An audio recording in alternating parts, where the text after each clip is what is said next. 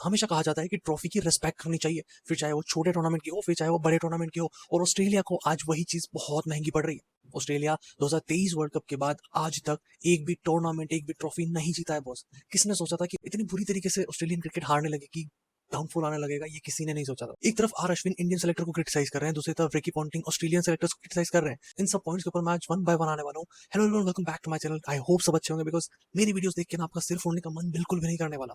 Australia को बांग्लादेश ने sudden shock दिया है बॉस।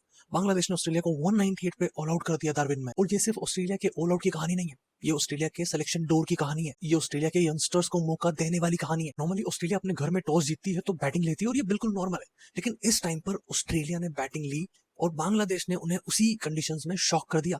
बांग्लादेश का प्लान कुछ और ही था। हसन महमूद आते हैं और 6 विकेट्स ले जाते हैं, ऑस्ट्रेलिया को 198 पर ऑल आउट कर देते हैं। And on top of that Bangladesh first day and होते होते 96 फॉर जस्ट 1 था। क्या डिफरेंस है ऑस्ट्रेलिया और बांग्लादेश में? क्यों ऑस्ट्रेलिया आज भी कुछ अच्छा नहीं कर पा रही है इंटरनेशनल क्रिकेट में? और यहीं पर आर अश्विन ने गौतम गंभीर के ऊपर सवाल उठाए, उनके कोचिंग के ऊपर सवाल उठाए, उनके सिलेक्शंस के ऊपर सवाल उठाए। एंड दूसरी तरफ रिकी पॉन्टिंग ने भी ऑस्ट्रेलियन क्रिकेट के सिलेक्शन पर सवाल उठाए। उन्होंने यंगस्टर्स को ज्यादा मौका देने के लिए अपील करी है, स्पेसिफिकली कैम्पबेल, कैलवे और ओली पिक। पॉन्टिंग का मानना था कि ऑस्ट्रेलिया को यंगस्टर्स को मौका देना चाहिए था, लेकिन सिलेक्शन कमेटी का मानना था कि हम एक्सपीरियंस के साथ जाएंगे।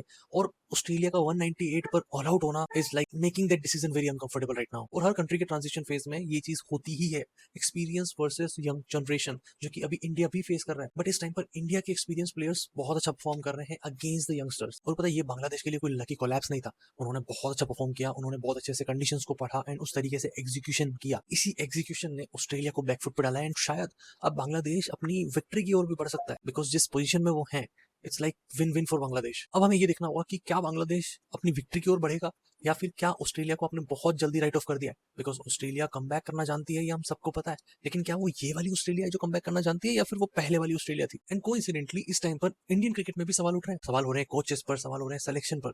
आर अश्विन ने शुभमन गिल एंड गंभीर को एक अपील करी है कि सरफराज खान को क्लियरिटी दो। उस बंदे को आपने बुला तो लिया है, उसको रिकॉल तो कर लिया है, लेकिन उसकी पोजीशन है क्या? वो करेगा क्या इस टीम में? क्या वो सिर्फ टकआउट में बैठा रहेगा, या वो टीम में होगा, या नंबर 3 पे खेलेगा, नंबर 5 पे खेलेगा, फिनिशर का रोल करेगा, क्या करेगा? मुझे सवाल उठ क्यों रहे हैं? सिंपल सा है कि आर अश्विन का मानना है कि किसी भी प्लेयर को अगर आप बुला रहे हो, किसी भी प्लेयर को अगर आप टीम में रख रहे हो, तो उनकी क्लैरिटी देना बहुत जरूरी है। बिकॉज अगर उनको क्लैरिटी नहीं होगी, अगर वो अननेसेसरीली डकआउट में बैठे रहेंगे, तो ये उनके कॉन्फिडेंस पर, उनके परफॉर्मेंस को भी इफेक्ट करेगा कहीं ना कहीं। और यही पर ना ऑस्ट्रेलिया एंड इंडिया की स्टोरीज का एक कॉमन पॉइंट है, सिलेक्शन। और जहां इंडियन क्रिकेट में अभी गौतम गंभीर के ऊपर सवाल उठ रहे हैं, श्रीलंका के हेड कोच गैरी किस्टन ने बोला है कि गौतम गंभीर बहुत फैंटास्टिक कोच है। उनको बैक करते हुए कहा है कि वो कहीं ना कभी डिलीवर करेंगे।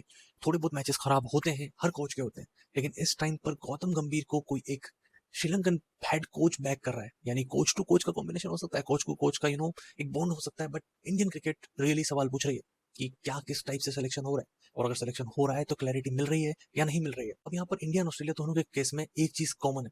ऑस्ट्रेलिया को बांग्लादेश ने क्लैरिटी दी है, उन्होंने वार्निंग दी है कि आप एक्सपीरियंस के ऊपर जा सकते हो, लेकिन सिर्फ एक्सपीरियंस के ऊपर नहीं जा सकते, आपको यंगस्टर्स के कॉम्बिनेशन के साथ जाना पड़ेगा। और उसी टाइम इंडियन क्रिकेट को भी एक क्लैरिटी मिल रही है कि आप सिर्फ यंगस्टर्स पर नहीं जा सकते, आपको एक्सपीरियंस को भी साथ लेके चलना पड़ेगा। और शायद ये हमारे कोच नहीं समझ पा रहे, हमारे कोच को ये समझना जरूरी है कि सिर्फ यंगस्टर्स के साथ आप WTC जैसे टाइटल्स, वर्ल्ड कप जैसे टाइटल्स नहीं जीत सकते बॉस, आपको एक्सपीरियंस लेके जाना पड़ेगा। एंड शायद उसी लिए जसप्रीत बुमराह का नाम, सिराज का नाम, जडेजा का नाम, इन सब के नाम थे उस लिस्ट में। अब आज की इस वीडियो से कुछ बड़े सवाल है। क्या बांग्लादेश ऑस्ट्रेलिया को उनके घर में हरा सकता है? क्या इंडिया में प्लेयर्स को रोल क्लियरिटी मिल सकती है? क्या शुभमन गिल और गौतम गंभीर अपने अपने रोल को क्लियर करते हुए प्लेयर्स को आगे ले जाएंगे, या फिर इंडियन क्रिकेट भी इसी तरीके से चलता रहेगा? मैं मिलूंगा आपसे अगली स्टोरी के साथ, तब तक के लिए क्रिकेट देखते रहो, सिर्फ स्कोर कार्ड्स नहीं। एंड सब्सक्राइब जरूर कर लेना जाके, और कुछ लगे, कुछ उल्टा सीधा लगे, कुछ गलत लगे तो कमेंट सेक्शन में जरूर आके बता देना। मिलूंगा आपसे अगली स्टोरी के साथ। Bye bye.